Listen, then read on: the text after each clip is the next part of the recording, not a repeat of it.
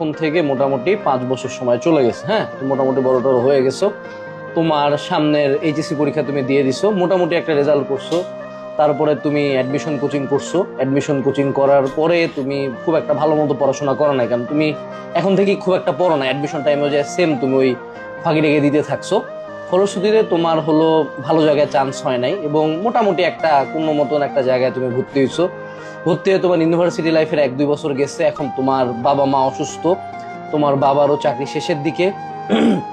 তোমার ফ্যামিলি চাচ্ছে যে তুমি একটা ইনকাম করো, বাট তুমি এদিকে তোমার ভার্সিটিতেই সার্ভাইভ করতে পারতেছো না, এবং তুমি অনেক অনেক বেশি ফ্রাস্ট্রেটেড। এইদিকে তোমার লাইফে 14 ভরি প্রবলেম। তুমি আল্লাহর কাছে চাচ্ছ যে আল্লাহ, আমার জীবনে এত প্রবলেম, তুমি আমাকে কোনোভাবে আমার আগের দিনগুলো একটু ফিরিয়ে দাও, কোনো না কোনোভাবে আমাকে একটু আগের দিনে ফিরিয়ে দাও। আমি যদি একবার এই সুযোগটা পাই, এবার আমি আমার লাইফটা ঠিক করে ফেলবো।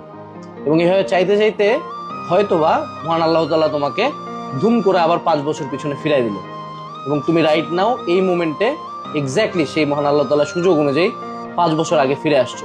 তোমার লাইফের এখন কি কি ডিসিশন ডিফারেন্টলি নিবা, কি কি ডিফারেন্টলি পড়বা, কি কি কাজ ডিফারেন্টলি করবা, তোমার লাইফস্টাইল কি এখনকার মতো থাকবে, তোমার স্লিপ শিডিউল কি এখনকার মতো থাকবে, তোমার পড়াশোনা, তোমার সিরিয়াসনেস কি এখনকার মতো থাকবে? যদি না থাকে তাহলে এই জিনিসটা প্রতিবার মাথায় রাখবা। তো তুমি কয়েক বছর পরে এক্স্যাক্টলি আজকের দিনটাতে ফিরে আসার জন্য তোমার লাইফে সবকিছু স্যাক্রিফাইস করতে পারবা।